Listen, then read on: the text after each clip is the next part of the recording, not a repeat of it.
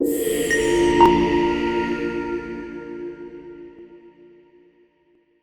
Morning friends, मेरा नाम doctor मोहित खिरवत है। मैं एक कंसल्टेंट नेफ्रोलॉजिस्ट और ट्रांसप्लांट फिजिशियन हूँ और आज मैं आपसे एक बहुत इंपॉर्टेंट टॉपिक के बारे में बात करने वाला हूँ और वो है diet in patients on dialysis. मतलब एक मरीज जो डायलिसिस पे है उसको क्या खाना चाहिए और क्या नहीं खाना चाहिए। हमारी जो एक साइकोलॉजी है और ख़ास करके इंडिया में हम डाइट को एज पार्ट ऑफ ट्रीटमेंट मानते हैं। अगर जब तक हम एक डॉक्टर है हमें आपको बताए नहीं कि भैया हमें क्या खाना चाहिए और क्या नहीं खाना चाहिए, तो मेरे ख्याल से वो कंसल्टेशन शायद पूरी होती नहीं है। और मरीज भी यही समझता है कि दवाइयों के अलावा डाइट के बारे में डिस्कशन करना बहुत ज़रूरी है और मेरे ख्याल से ये बहुत सही बात है, because ultimately diet does play a very important role in our treatment and in our wellbeing. क्या ऐसी चीज़ें हैं जो एक डायलिसिस पेशेंट को खानी चाहिए या नहीं खानी चाहिए।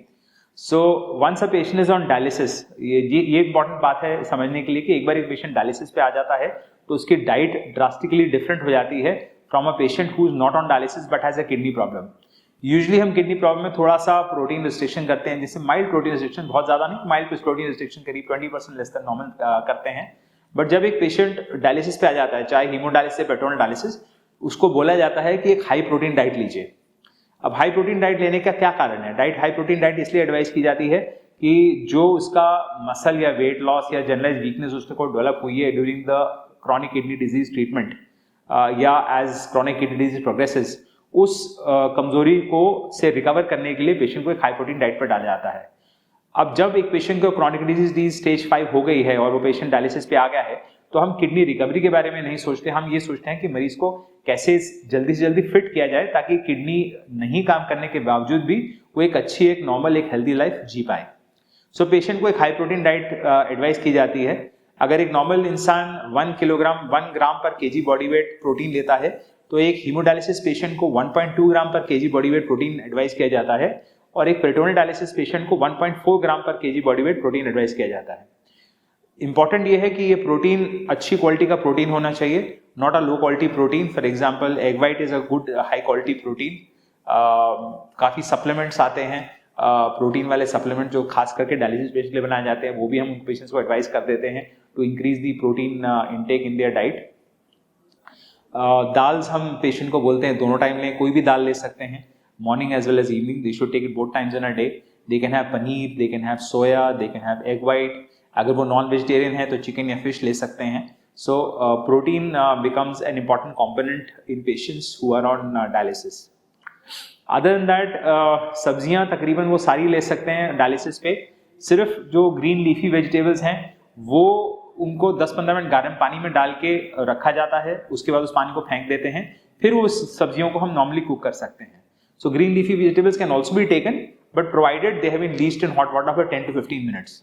आई वुड नॉट एडवाइस कि आप ग्रीन लीफी वेजिटेबल जैसे पालक हो गई आप या मेथी हो गई रोज खाएं, बट अगर मन करे तो खा सकते हैं, प्रोवाइडेड आपने इसको गर्म पानी में लीच किया है।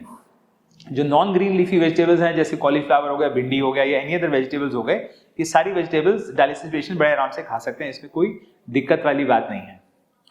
रही बात फ्रूट्स की, फ्रूट्स में एक डायलिसिस पेशेंट पपीता, सेब, अमरूद, नाशपाती ये सब फल ले सकता है।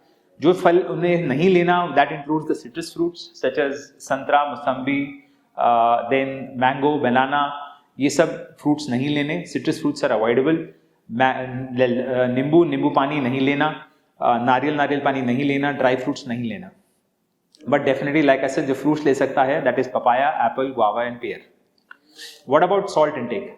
इट इज वेरी इंपॉर्टेंट कि एक डायलिसिस पेशेंट अपना सॉल्ट इंटेक कम रखे, बिकॉज सॉल्ट अगर लेगा तो पानी की रिटेंशन बॉडी में होगी और साथ में ब्लड प्रेशर भी बढ़ेगा। Therefore, the salt intake should be kept to the minimum, usually about 1 to 2 grams of salt in a day, not more than that. How to achieve that? आप कोई भी खाना खाएं, एक तो हाई सॉल्ट वाले जैसे प्रोसेस फूड्स होते हैं, जैसे भुजिया होती है या चिप्स होते हैं, इनको आप अवॉइड करिए। जिस चीज़ों में ऊपर से एक्स्ट्रा सॉल्ट या हाई सॉल्ट स्नैक्स होते हैं, इनको आप बिल्कुल अवॉइड करिए, प्रोसेस फूड्स को अवॉइड करिए। कोई भी आप खाना लें, सब्जी लें, कुछ भी खाएं, इट इज इंपॉर्टेंट कि आप उस पर ऊपर से नमक ना डालें। जो कुकिंग में डाला, खाना में नमक डाला गया है, दैट इज ओके, प्रोवाइडेड वो इंस्ट्रक्शंस दी गई हैं कि खाने में नमक कम किया जाए। ऊपर से आप प्लीज ऐड मत करिए, टेबल सॉल्ट जिसे कहते हैं उसको आप यूज ना करिए। So that is important. A word about potassium. Potassium हमारे डायलिसिस मरीजों में भी लाइफ थ्रेटनिंग।